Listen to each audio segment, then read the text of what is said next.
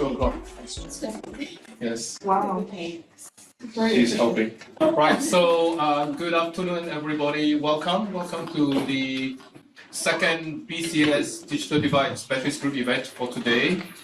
Right now, this session here is about BCS member in the community stories. We're going to be hearing a number of stories.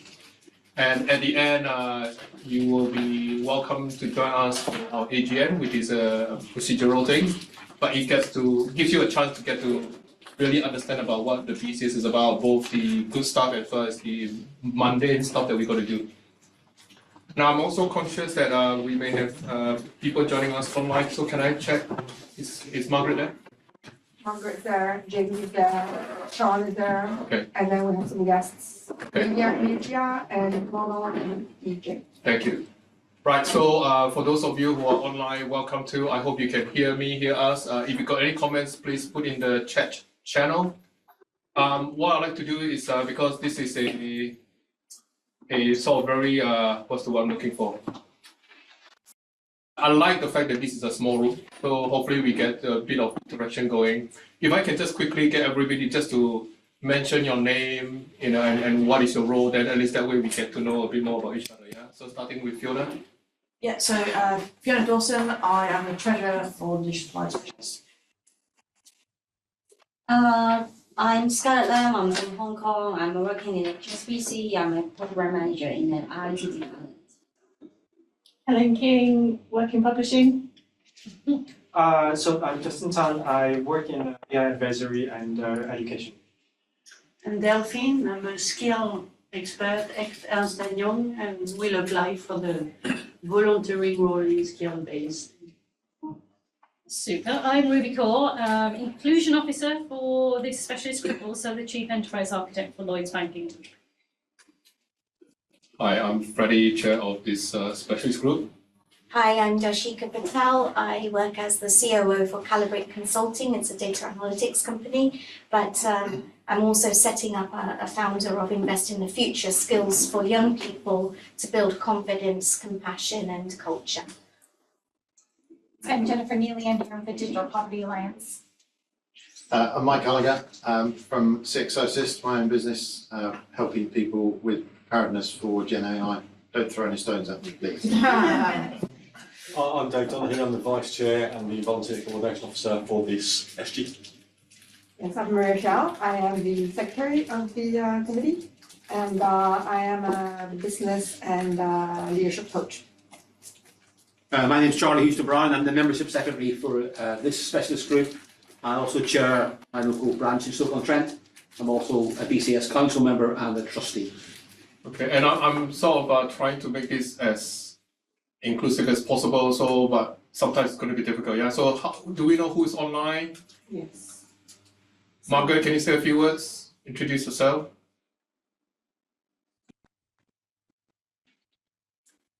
Margaret? Okay.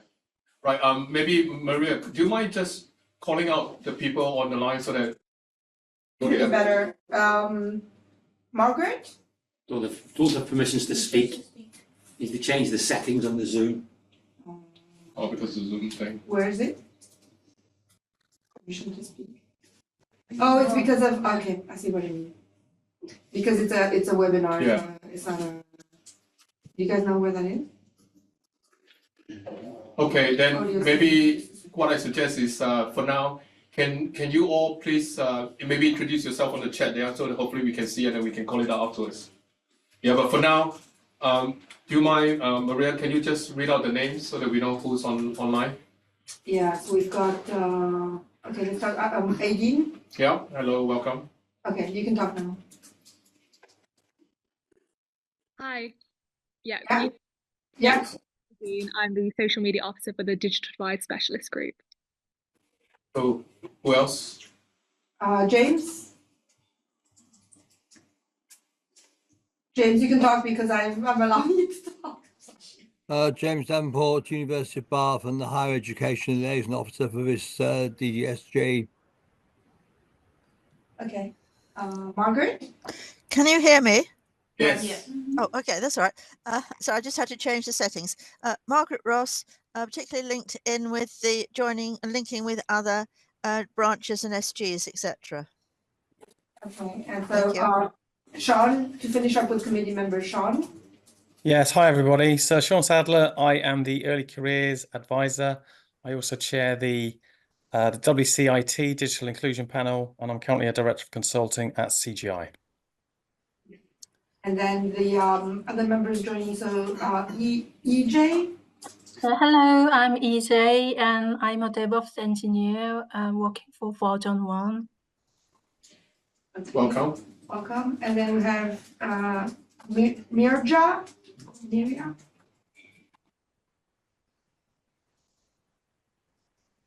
Okay, we lost. It's all right. Of her. Okay, so That's it. welcome. The reason why I wanted everybody to introduce yourself is because, number one, for those of you who are not familiar with the BCS is the charter body for IT. And you can hear the committee members.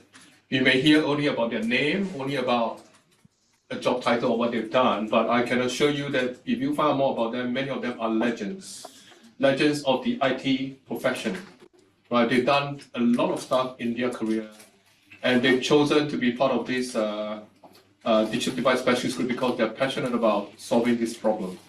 And I'm also delighted to welcome the rest of you to join us today because, clearly there's a reason why you want to be here, and I hope that after today you find that you're more equipped with the things that we've been doing for the last 3 years, that you can also help us to take the message out to the wider audience.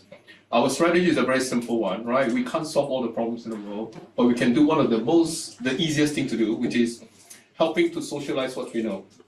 Step one. And if we can do that, then the DPA has the same message, right? Creating awareness.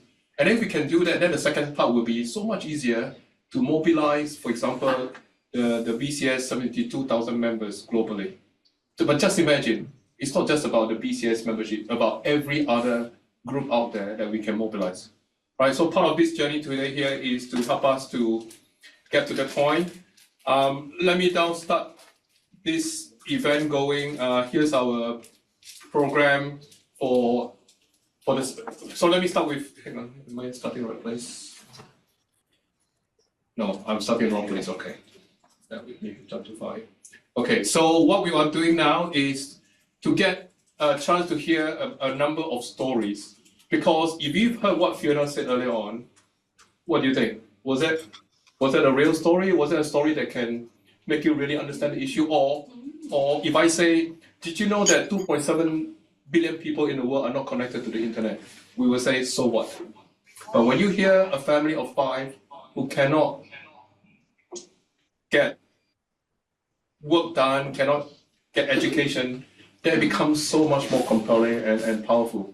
Right, so we would like you to hear a few of those stories today. I'm going to kick off. So as the chair, I'm involved in a number of stories, not me, but because of the groups that I'm helping. This is one of them. Did you know that when we build digital solutions, we use this concept of personas? But it is flawed in 2 ways. One is it's assuming that if it's good enough for 80% of the population, it's good enough for 100% of the population. And that lies the problem. We're completely ignoring the 20%. So we had an idea to create a national catalog of digital personas where everybody can contribute and consume from.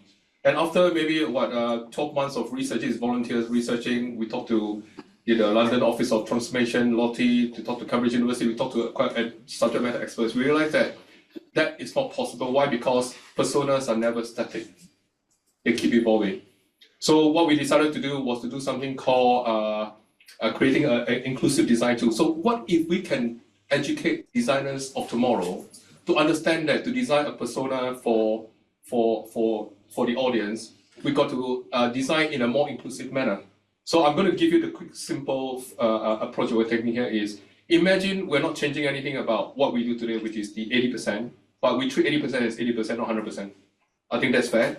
We're not completely changing the world. But what if we introduce a step 2 to say, pay attention to the 20%. And the way to do that is something called adaptive design. So you got your universal design done, but let's make sure that the adaptive design is fit for purpose not for groups of disabled people, because one thing I learned is a disabled person is a disabled person, not a group of disabled people. We cannot generalize that way. So this is one way that a number of our BCS members are contributing to this effort. Okay, so I'm really delighted to share this with you. And there's a few other things that we're doing. We're also doing a digital hands, helping hands project. This is about the equivalent of a corporate help desk for the world that is not in the corporate world. How are they going to get any help when they have a problem? In the higher education sector, we're introducing a digital inclusion manifesto and toolkit so that hopefully all universities will use this as a way to learn about what they need to know about that issue in the organization. And then as a sector, they can come together to jointly solve the problem. Okay, so that is my contribution on behalf of other BCS members that I represent. I would like to move on to Dave. Yep, thanks. So I think my role in this group and in others is probably that I've been a generalist, I think. So I'm the chair of the Bristol and Bath branch, I'm the vice chair and the volunteer coordination officer here, I'm the inclusion officer of the prize specialist group, and I'm a member of council. And I've been a member of council before when I was on trustee board as well. So I think for me, that's really about joining the dots, always joining the dots.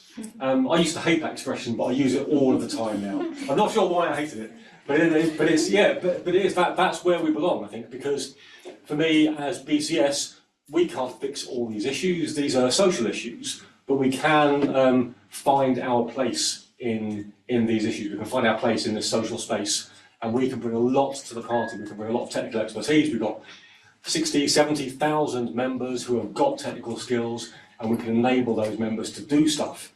And that enablement, I think, is part of where I came from with the role of volunteer coordination officer. So that skills-based volunteering stuff is absolutely key. So I've been pushing that here inside BCS, here inside this group, inside our branch, and in fact at work. I work at Hewlett Packard Enterprise in Bristol.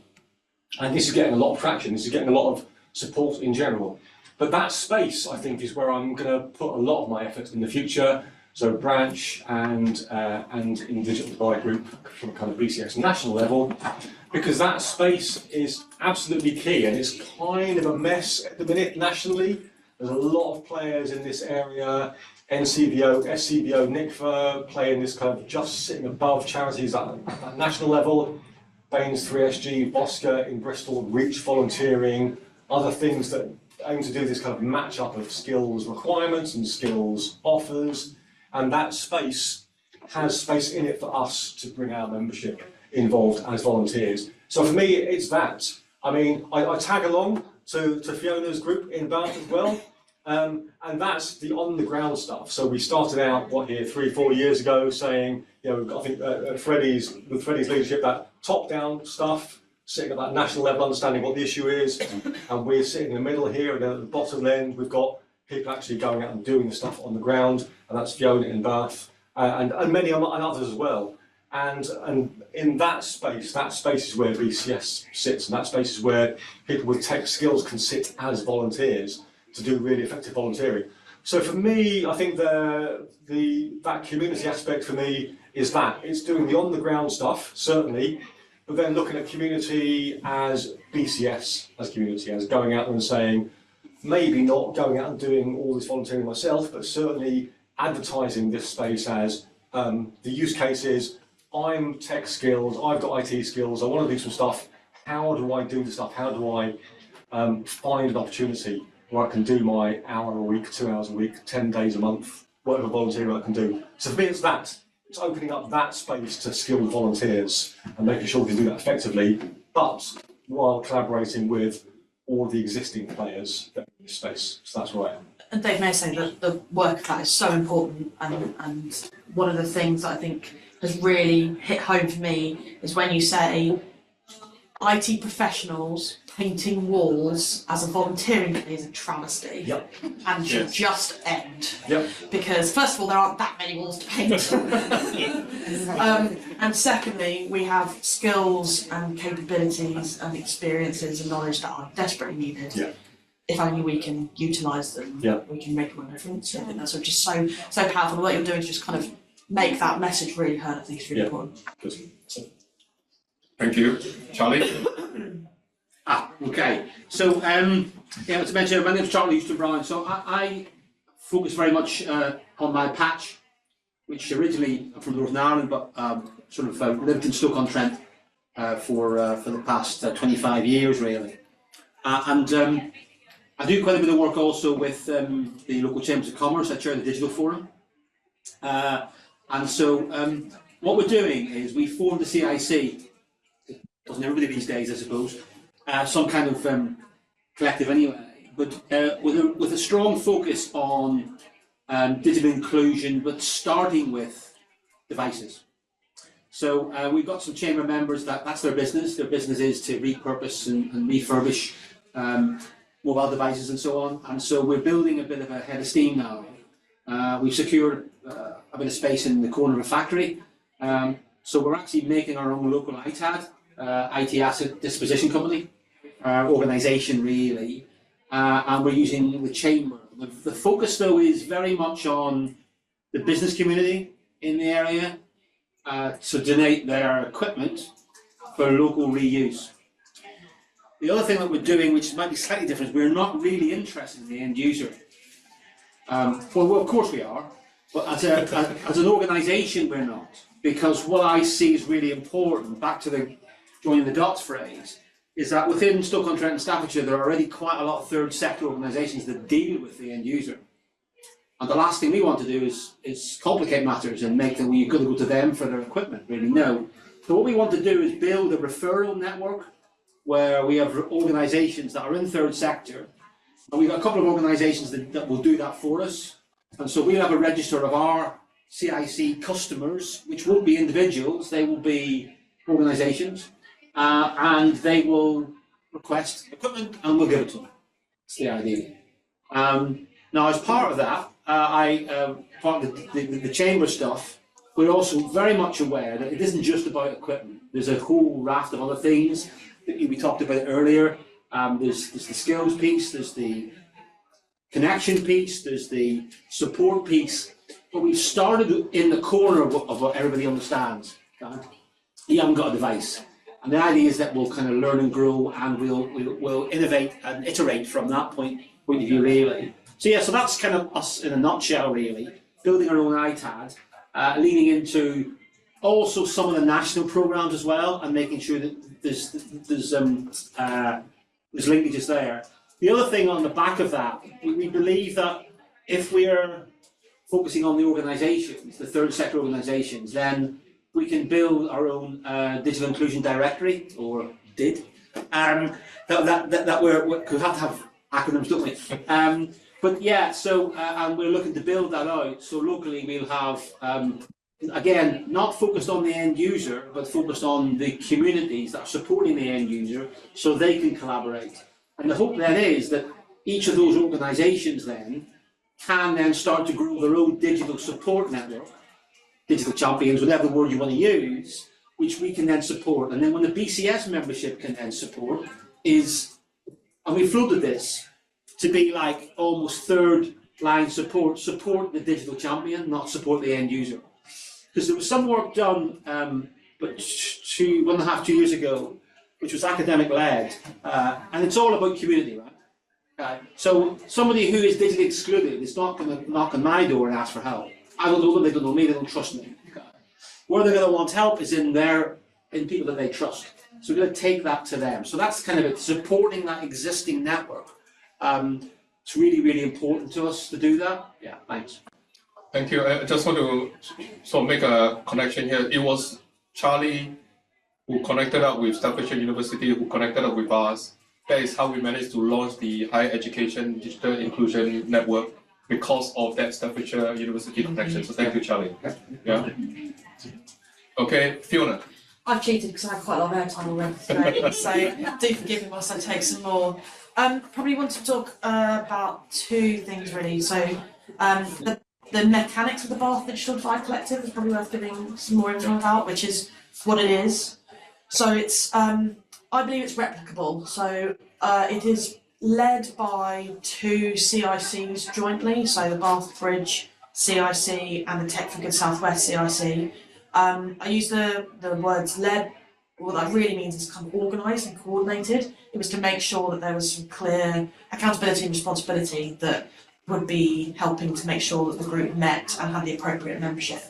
The collective itself is made up of genuinely representation from across the charitable sector, from across academia, from across industry and public sector. Some of those memberships are stronger than others and some need a bit more encouragement than others, but the promise is that it's an action-based group, so it isn't a network, it isn't a talking shop, it is somewhere where people can bring things that are happening in our communities and we can discuss and identify how to move those things forward, and it is up for the group to make sure that that happens. And that's been a really effective mechanism. What it has meant is that we have built up credibility as well amongst the community and amongst the area. So to begin with, we did find that we sometimes needed to go and find out things. So as an example, the rollout of gigabit broadband infrastructure within the city largely went as a procurement process that didn't really consider the wider remit or impact to local people of what that could be. And so we came across it relatively late in the day, but were able to provide some guidance just around expectations for a lot of the community about whether or not they could even access gigabit broadband, because most people have no broadband. So the concept of saying to the city, oh, don't worry everybody, everyone's going to have gigabit broadband was just not the message that most people needed or could understand or wanted. And there's been a few projects like that that we've been brought into. One of the ones that I think has had a real connection has been the community hubs. So we found out that there are charities that organise effectively after school clubs where the children are able to play, and sometimes they have people come in to actively support play, and parents can catch up, a cup of tea, and everybody gets a hot meal. It is effectively a way to get a hot meal into a family at least once a week.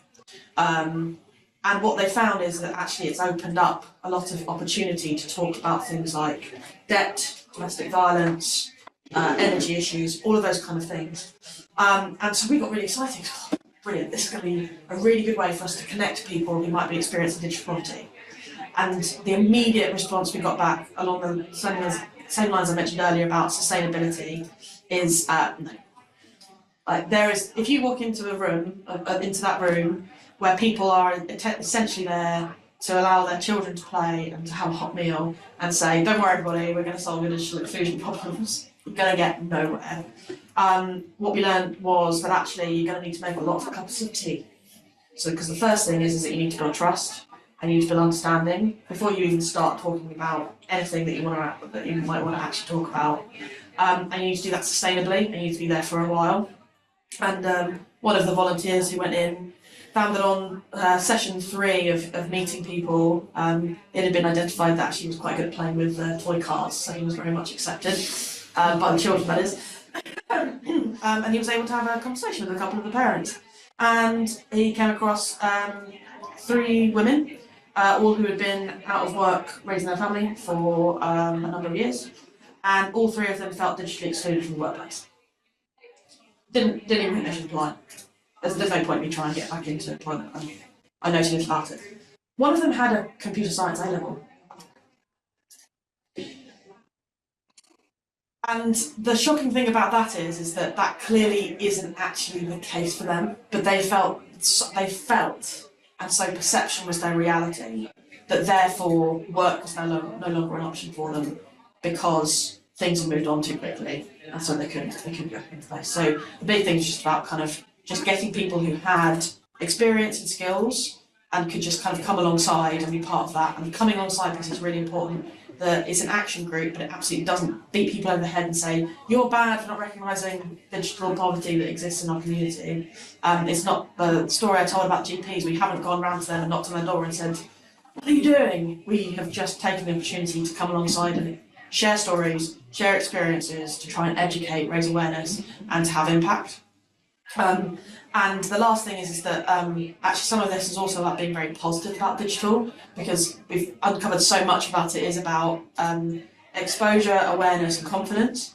And so being able to have a place where we can introduce digital experiences in a really positive way has been a really important thing too. So we have conceptualised the notion of a digital playground, the idea being that we can have people with skills and experience alongside technology and giving it people the opportunity to engage with it in a really low pressure, low barrier way, so that they can just see that actually I'm not too far away from those skills that I thought I'd lost. Actually, I can get back into this really easily.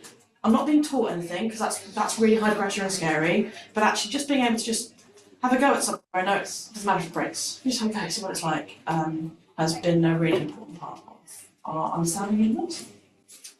Thank you. Thank you. Margaret? Hi. Hopefully you can hear me. Yes. Oh, good. Thank you.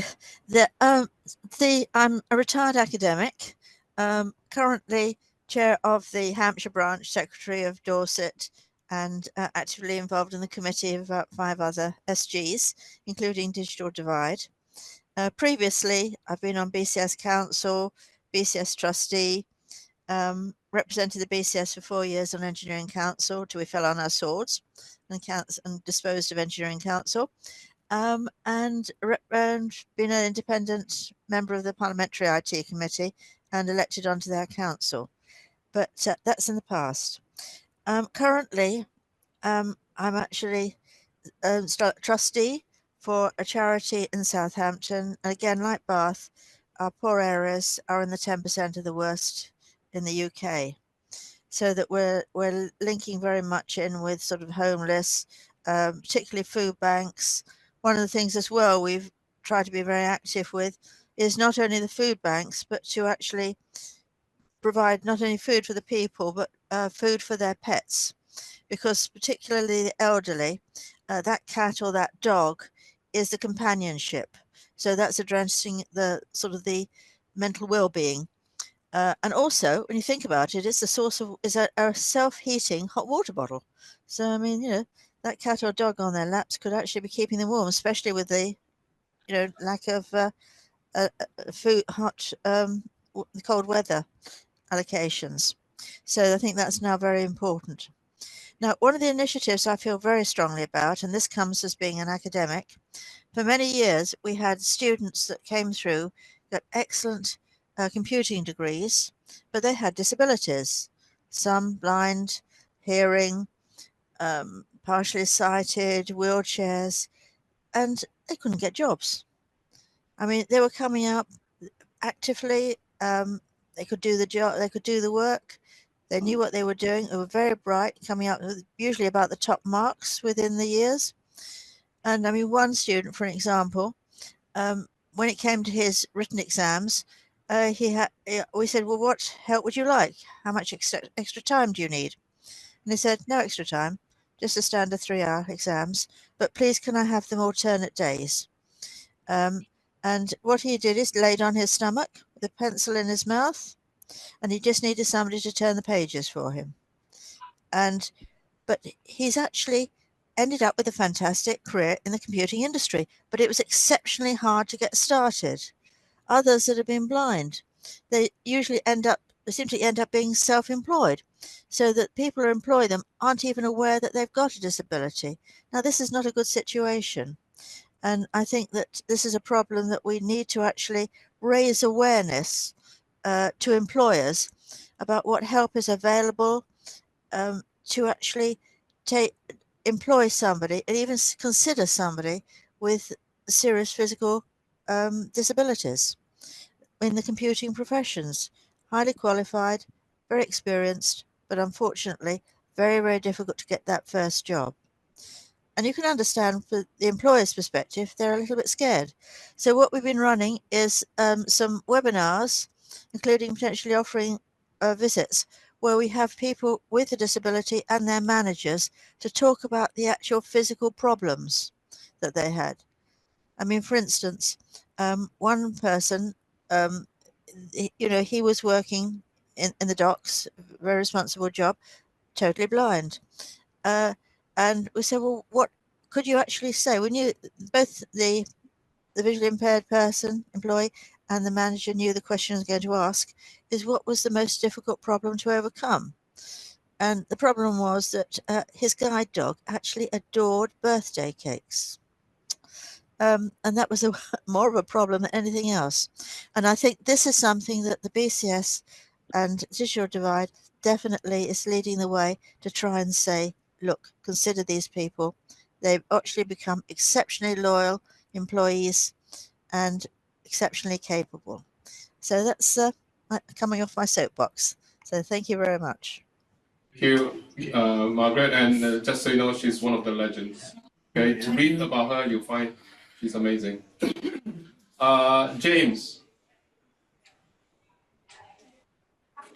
Hello, James Davenport, not an unretired academic, professor at the University of Bath, and particularly concerned with the interaction between education and the digital divide at all levels.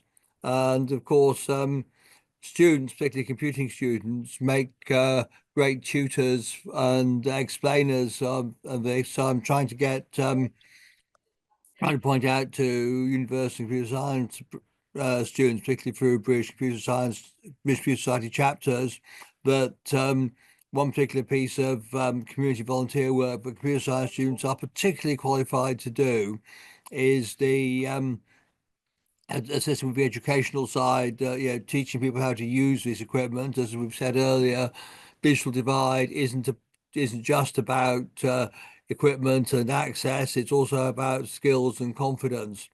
So I've written to all the professors in the country and to all the student chapters suggesting that this is a particularly good area for computer science students to be involved in.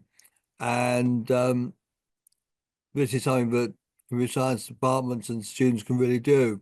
There's also, as I said in my notes, the real problem with the shortage of teachers, both specialist teachers and also knowledge among teachers more generally about the digital divide, the problems of making software that doesn't enhance the digital divide, doesn't make it worse for people with disabilities, as has been said, and so on. So it's a big educational challenge among those who are not themselves digital divide, but can accidentally enhance, make the digital divide worse by lack of knowledge of what to look for and how to help things. Thanks. Thank you. Just so you know, James is a current BCS legend. He's got one of the most prestigious award given to him by the BCS. He's currently also a legend at his own university. If you look at a lot of the startups and tech companies in Bath, he has a role. He has been teaching and influencing a lot of those leaders in those organizations today, especially a number of them in cybersecurity. Every time I talk to somebody, they know James. Okay, so he's a legend. Thank you, James. Thank you. Thank you very much. Next, Alistair Irons. He is not here, but I'll speak on his behalf. Alistair Irons is currently the Deputy VC at Aberdeen University. He is also another legend, and just so you know how legendary he is that he represented the BCS during the coronation of the King in the country where he was invited to the King's garden party, represented the BCS. So such an honor. I wish many of us here could have been the one chosen, but he's the chosen one. So, but more importantly, it goes to show you the how should I put it, the influence that Alistair has, right? He is the chair of the BCS Academy Board of Computing. He is influential across the entire BCS. I'm delighted that he's part of this SGY because in his role as the internal comms officer, he wanted to make sure that the BCS is more joined up internally because it's quite a bureaucratic organization, right? But we need people of influence to be able to help to get a message across. So that is his role. Okay, so I just want everybody to know.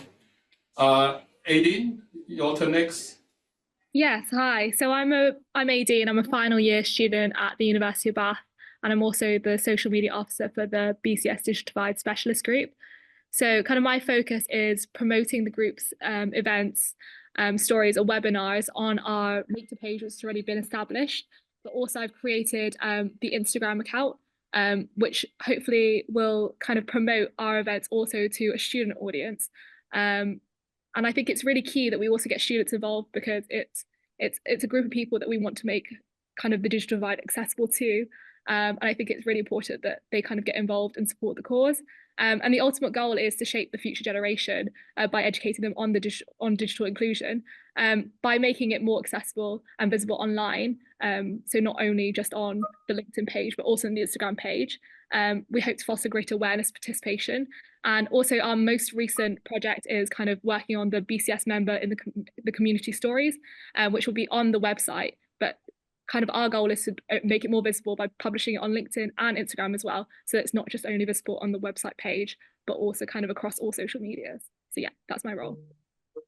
Thank you. And I hope you can see that this issue is such a broad topic, and we need to engage all segments of the population. So we have an older people champion, Maureen, who's not here, but at least we also have AD representing the younger generation. And so I hope these are sort of some of the stories and messages that you're hearing, that you can say, I make a connection today, so help us to broaden that reach.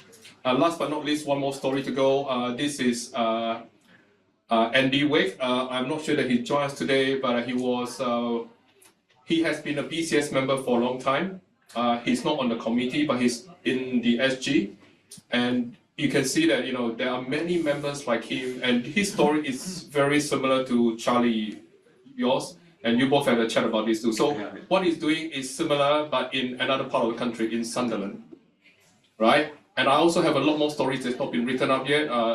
For example, in Essex, in Suffolk, in all across the country, in London, in Leeds, it's everywhere, right? So the idea here is that if we can just sort of tell all these little stories and get it out there, and then hopefully people would take some inspiration from there and say, look, actually, it doesn't have to be the one thing, right? It could be this thing, it could be anything, so long as you feel like you can contribute in some ways, right? So please take this opportunity to reach out to us. We don't do everything, we can't do everything, but we hope that if one thing we could do is to help to socialize this to the next person, and the next person starts with you, and then you can then do that with the next person. Then through the power of network, we can then sort of, at least try and go somewhere in getting people to understand this issue a lot better. I mean, look, I've been working with Fiona for so many years, but nothing beats hearing that story personally, like what she said earlier on just now, right? Because I've always heard great stuff that she's doing. I'm like, but I can't make that connection.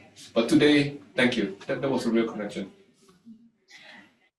Heidi, can I share with you what, because I didn't manage to get anything put down on paper. If you have time, go ahead. It also answered David's question to me about what happens for financial inclusion and what, in particular, Lloyds Banking Group are doing. I can just share. I'm actually going to read it out, so it's not my own work, just to show you with what a company that I worked for is doing and what I want to increase that's going on. So basically, Lloyds Banking Group has a multi-channel, multi-brand approach to digital inclusion. They undertake user-centric design processes to ensure we're working consistently and iterating. But we are providing support at the right time, in the right way, at the point of need. More to your point there, Dave, the question you asked me, okay? So there are LGB academies that have provided training to over 5 million individuals and small businesses over the years. Our digital helplines service has just been extended. This provides free data, free devices and digital skills support to provide remote interventions. This is interesting. On behalf of the Department of Education, we own the essential digital skills framework used by all of the UK and UK governments, as well as industry and charity sector. So something we can pick up on. Important things we need to address: partnerships versus relationships. There are a number of organisations talking about this topic. We need true collaboration to deliver change, not just siloed interventions, to your point about churning that. And impact measurement. No consistent measurement framework exists today, okay, to see how we're doing there. Next bit is a call to action, okay. So Lloyds Bank Consumer Digital Index report is coming out on the 18th of November. Have you seen that? It's quite a read. He is sharing that it's coming out on the 18th.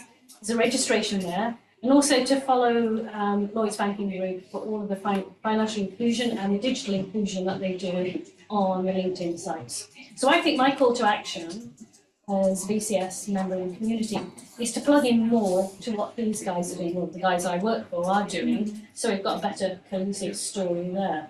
Okay. And just to add to it, actually, the digital inclusive design educational tool has got a strong involvement from Lloyds Bank, right? From both the organization, because we've been working, so we learn from their input, with Gemma and now Bev and others. Fantastic, right? So we know them very well, they know us very well. But also, guess what? Bottom up, because of what the corporate is doing, people like yourselves and members for BCS, like David Smith, who's not here, he's a business analyst. In fact, we have at least 3 people from Lloyds Bank who are involved in this initiative. Scarlett, thanks for joining us here. I know you're from HSBC. Maybe we can get HSBC to get involved too. You see what I mean? So this is how, and it's not because of the the organization plays well, but it's the people in the organization that make the difference. Yeah, so thank you for bringing this up, Yeah, and it was my call to action to do more. Thank you. Okay, now, any other comments before we move on to this second part? I hope you enjoy the stories. They are broad-ranging and rich, and just so you know, there are many, many more stories. These are the ones that we managed to document so far. So where's the toolkit? How do you get the toolkit? So it's still in the process of being tested. So happy to talk to anybody so that if you want to get involved, you can too, yeah? Because for example, we're talking to a number of, we're talking to a few startups to test out the tool, but also talking to a few universities so that they can see whether they can help to use that to test out with their students. Yeah, because we want to do a bit of testing. Okay. Yeah. I'm actually lecturing next year at a course at BCL, so if you want. Let's connect up, yeah, and see what we can do. Yeah. And I'm connected with some academics at Brunel University. Okay. And I'm meeting an author for leadership. Tomorrow. Connections. Yeah, it's also you're in the middle. please tell us, socialize and join the dots. That's our message to you. Okay. Right. Anybody else wants to say anything? Right. Now, if not, then this second part here is, I would say, let me just say that it can be just as exciting. It will be exciting. It will be exciting. Okay. Oh, no, it's not exciting. I'm not sure that I can make it more exciting, but it can be just as exciting. Okay. No, but you can see why. Yeah. So I'm going to start. Right. I'm the chair. Okay, it's a bit of a lag then. Right. So I have to do a report. So this is just a summary of what the SG has achieved in the last 12 months.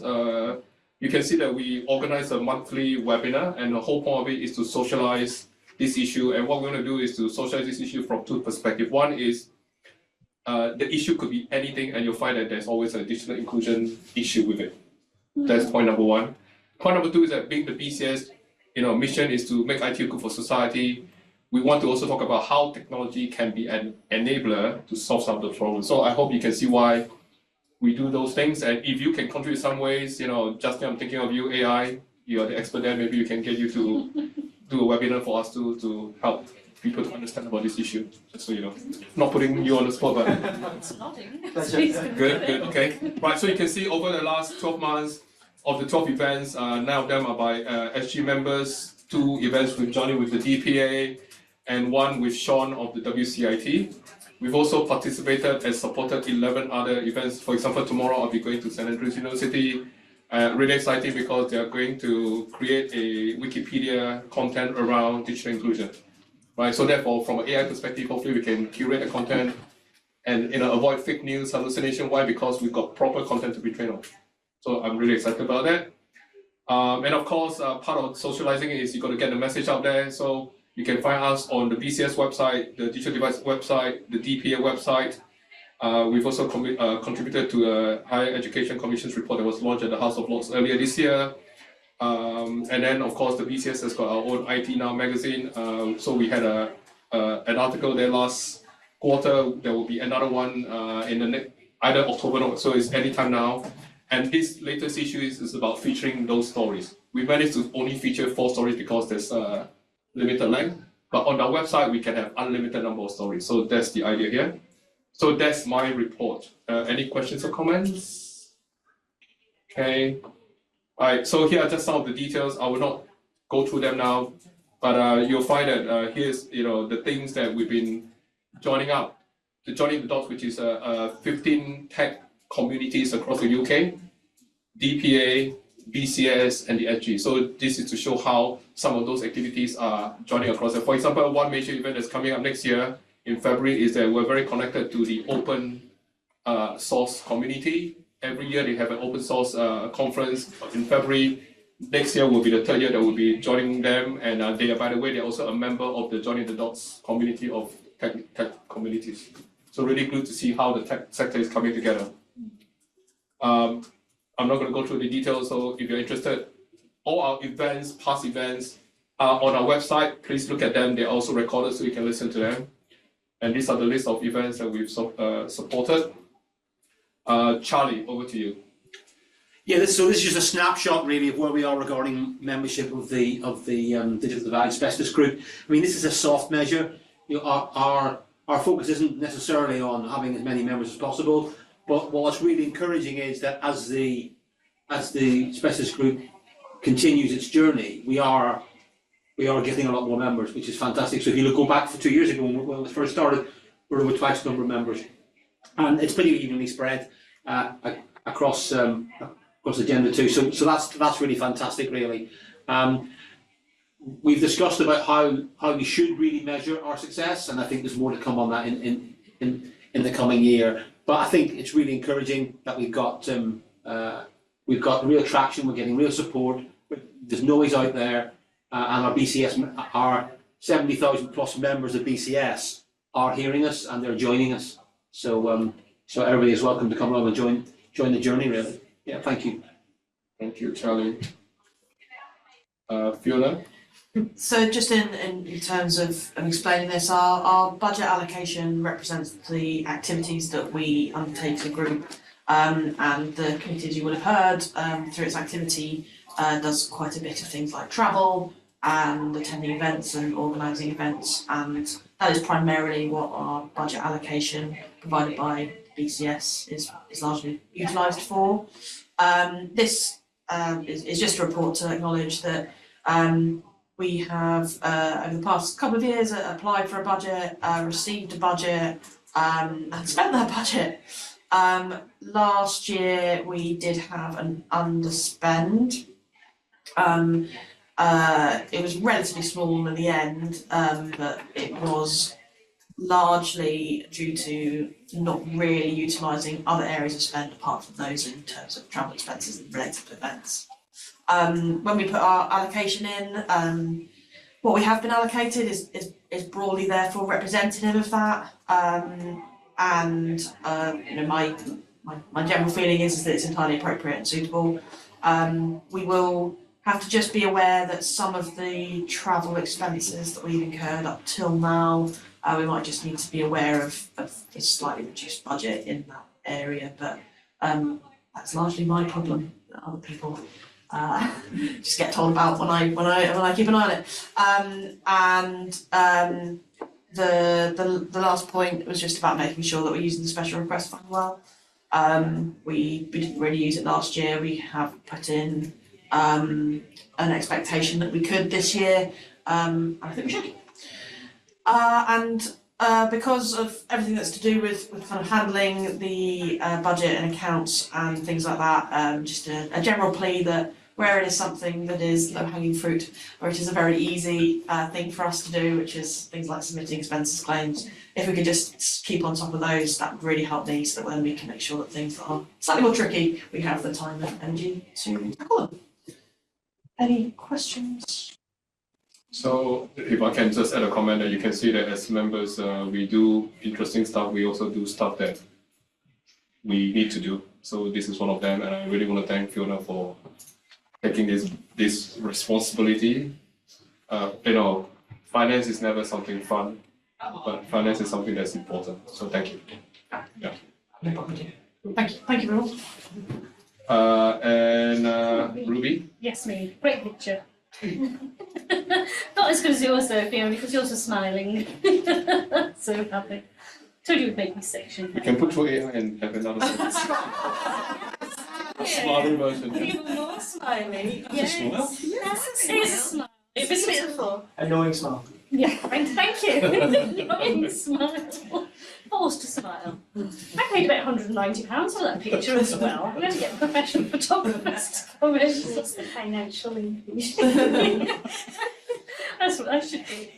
Brilliant. So yes, first year in the job. Top line is my excuse, but it won't be there next year. So one of the things that BC has across its network, it has with all of its specialist groups, it has inclusion officers. Okay, so I'm not alone in being an inclusion officer.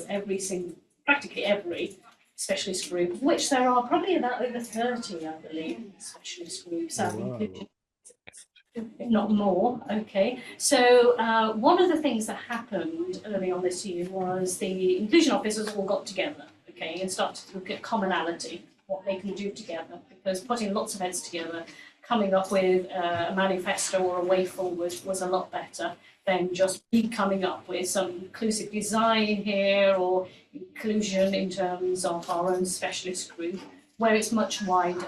The problem is much wider. We touch on all the other specialist groups as well.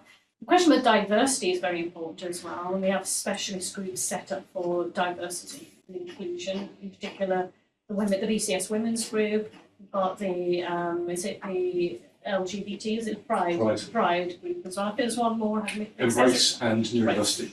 Neurodiversity and race. Exactly. So coming together with those groups of people would be very beneficial for us to make sure we're not leaving out any segments of a disadvantaged society, not missing out.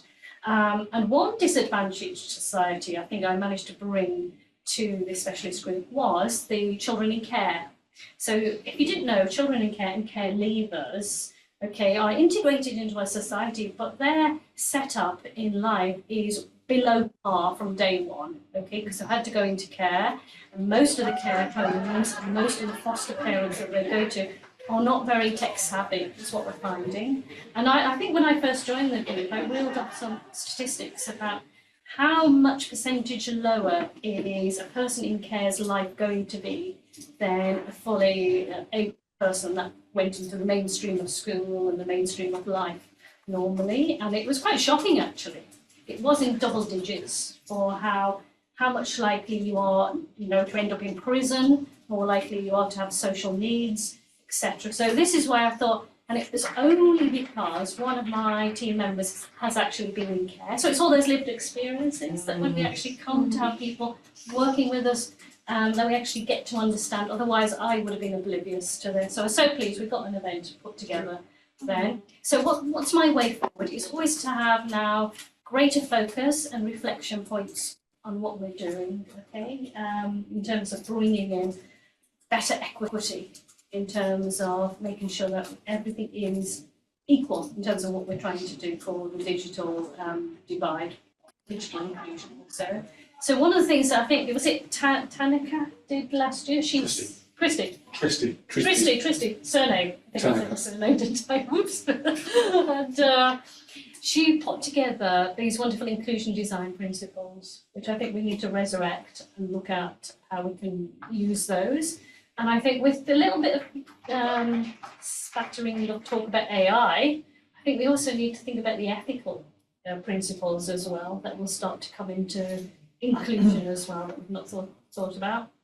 That is it. Not a lot, but there you go. Thank you. Thank you. Ruby, just for information, I'm doing the little BCS certificate in ethics and AI. Oh, well, And yeah. inclusion is really a big part of it. Ah, fantastic. Yeah. Thank you. Excellent. Okay, Sean. Good afternoon, everybody. So my role as the early careers advisor then, advocate, officer, I guess whatever you want to call it, is really to help those either just starting a career in IT or those that wish to work in IT or improve their digital skills but are prevented from doing so for a variety of reasons. And typical reasons or barriers include not having the necessary devices, not having the necessary connectivity, not being IT literate, having some sort of disability, so they don't have the like Mark talked about earlier, things that prevent them from actually using IT in the way that everyone else is able to, or they're really unsure where to start. Do they lack in confidence? Are they do they have sort of social skills that they find it difficult to communicate as well. So there's a lot of different areas and barriers, and some of those have already been talked about throughout this webinar. So I also chair, as it says here as well, I also chair the Digital Inclusion Panel of the Worshipful Company of Information Technologists, which is a bit of a mouthful, but the WCIT for short. And wherever possible, I'm looking for opportunities that we can use the combined efforts of the BCS and the WCIT to find ways to help overcome these barriers. And that includes partnering with homeless charities such as Thames Reach to provide them with pro bono support and advice, and includes signposting them to resources that the service users can access. Now, typically, charities such as this are very aware of the importance of digital literacy training to help those that are currently homeless or at risk of being homeless, and how it helps them to either craft a CV, apply for jobs, or being able to claim benefits, things that they're entitled to, which, as we're aware, have all now pretty much moved online. And I think it's talked about earlier as well. It's going to continue. This isn't going to, stay still. This is going to continue to be the case, and so, potentially, there's going to be more people left behind. So, what I did in my first year, I developed one page that can be used as a reference guide for anyone that wishes to gain or enhance their digital skills for the free training offered by the BCS. And that's something I'll continue to update. But otherwise, it's really about how I can use my network, my influence within the WCIT. We have an ambassador from the WCIT panel, a guy called Jason Scott Taggart, who's on the Digital Poverty Alliance as our ambassador. We've signed up to their charter, and we also put on a joint webinar from the BCS and WCIT earlier in the year, and that's where we had somebody from Thames Reach talking about the importance of digital literacy. So this is going to be an ongoing thing. The Digital Inclusion Panel now will obviously look for other opportunities with, me chairing that with the BCS and others, of how we can really look to, create a great more impact than we have done so far. So that's all from me. Thank you for that, and do let me know if you have any questions. Thank you, Sean. And I shall now hand over to Dave. This is the formality part, yeah. Yeah, we'll whiz through this. So this is about elections, re-elections. I think they're all re-elections to these various posts. So we don't have any contested elections here. So that's Freddie restanding as chair, me restanding as vice chair, Jonas restanding as treasurer, Maria restanding as secretary, and Ruby restanding as inclusion officer. So in Alistair's absence, I will propose Freddie's election. James, I assume it's written down here. James, I assume you're happy to second that. Exactly, yes. Yeah. Similarly, Freddie's proposed me. Margaret, I hope that you are happy to second my election. Definitely. Thank you. Freddie proposing Fiona, happy to second. Freddie proposing Maria, happy to second. And Freddie proposing Ruby, happy to second. So, I'll look around the room for simple hands up for those voting yes. These things, I couldn't word there, voting yes on these. In the absence of any disagreements, I'll do this all in one. So hands up for yes. 5. Hands up for no. The rest being abstentions. I think those are all unanimously elected. Thank you very much. I think there's a page 2. Yep. So, thank you very much. So, similarly to page 2, proposed by Freddie, seconded by me. Sean for Early Careers Officer, James for Education Liaison Officer, Alistair for Internal Communications, Margaret for Member Liaison, Charlie for Membership, Maureen for Old People Champion, Nadine for Social Media, and I will come back to that bottom one because that's also me, so ignoring the bottom one for now. Proposed by Freddie, seconded by me. Hands up for yes, please. Hands up for no. Thank you online for raised hands. The rest being abstentions, none. All unanimous. Thank you very much. The final one there, doing that separately is simply because it's me and I can't second myself. I second you. Thank you very much, Margaret. It's proposed by Freddie, seconded by Margaret. Hands up for yes. Hands up for no. Thank you online. No abstentions. Again, unanimous. Thank you very much. I think there's a page 3. Page 3 just addition. There is new roles. Yeah. So we do have volunteers for these. No, not yet, but asking for volunteers. Okay, so for industry relations, do we have a volunteer? No, this is more for call for. Ah, sorry, yeah, okay, yeah. In that case, apologies, yeah. So these are open to volunteers. Yeah. We can co-opt. There are a couple of limits on how we do co-opting, but nothing that would actually impact things. So all of these things are available at any point where we have volunteers for us to co-opt people into these roles. It doesn't have to be at the AGM. Well, actually, I do have, I would like to propose, I will have chat, Delphine, for the skills-based volunteering, chat. Yeah, I'm happy to second that. Yeah. Okay, in that case, thank you very much. We've got a proposal a second there. So hands up for yes. Hands up for no. Can I do that with you? Is there like a co-chair thing? We are pretty much at liberty to do whatever we like. Yes, so please, we will talk to you. So if I may add a comment, I think the whole point of this committee, I know this is the formality, it feels a bit whatever, right? But the point here is that, we want to encourage anybody who wants to play a role to come and talk to us, because it's about what you do, not what the title says. Okay, so if you got something that you think can help us with, I'm sure we'll be able to do something, not a problem, and we'll then formally acknowledge it. Okay. Yeah, the technicalities of the election are not going to get in our way here. Yeah, they're very helpful technicalities. Yeah, it's only the first group where it's the formal role. These are the key ones. The rest we can. Yeah, so we'll talk to you after this. Yeah. Thank you. So did we get as far as an actual vote? We saw proposal second then. Yes, I did second it. Yeah. Yes. Yes. Yeah. No. Anyone? But what we can do is maybe if I can suggest, just because everything is very new today, what we'll do is we'll do a proper session in the next committee meeting, because because we need to write a 50-word bio, those kinds of things. So let's all do all those things. Sure. Then we can go through the process properly. Yeah. Okay. Cool. Thank you. Thank you. Thank you. And then thank you, Dave, for doing the formality. So this is the last bit. Any other updates or questions from anyone? So maybe you want to mention when our next event, I think it's November, actually it's your event. Yeah, so Charlie, the next event is in November the 20th. Monday the 25th. Yes, Monday so it's a hybrid event. It's joint with the Stoke-on-Trent Staffordshire branch, and it's doing a deep dive on what we discussed earlier, which was the reboot IT for all CIC. Yeah, and then in December we have on 11th of December we have Margaret's event on employing IT professionals with mobility issues. Okay, so you can see the week online. Fiona? Just separate to this, if that's okay. BCS staff representation, particularly thinking about national policy where digital inclusion actually is a sub-theme.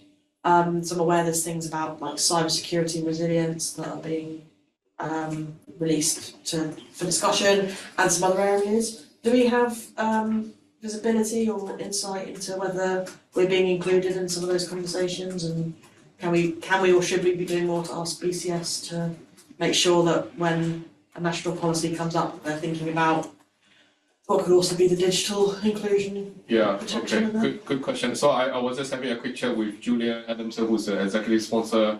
Just so you know, up to now, the policy person that's been working with us is called Dan Aldridge. He's been elected as an MP for Western Superman. Which is great. Right, so he's part of the Labour government, and he's also now the co-chair of the Digital Inclusion All-Party Parliamentary Group in the House of Lords. So we have very strong connection with the policy team, but now with Dan moving to that part, I'll be picking this up with Julia to see who will be that person working with us. But up to now, we've been having very strong support from the BCS. Yeah, because so that's the part, right? I think that's really important, which is why we do the MOU, the DPA. But remember, at the end of the day, this is a member-led organization. right? And led by members who are volunteers, which is us. And what I want to do is to make sure that this is not just a BCS thing. This is a thing for anybody who's interested in. So this is why it's open to anybody, even if you're not a BCS member, right? If you're not a BCS member, we're not going to say you cannot take part or you cannot be involved. In fact, the whole point of it is we want your help to get the message out, regardless of whether you're a BCS member. Yeah? Okay, anybody else? One minor thing and one slightly less minor thing. Even on the committee though, BCS rules say we're allowed to have non-members on our committee.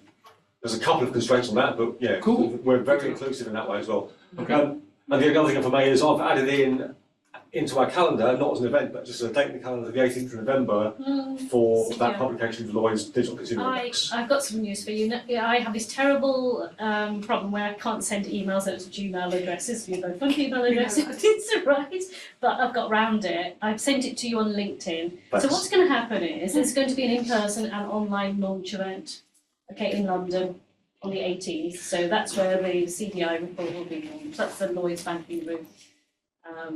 Consumer Digital Index, thank you. I need to know these things. All right, so to close this off, just want to go around. Fiona, any final comments? Okay. Scarlett? I'm good. Scarlett?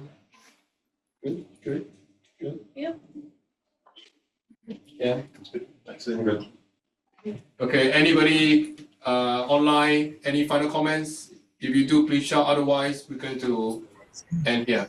No, thank you for a good AGM.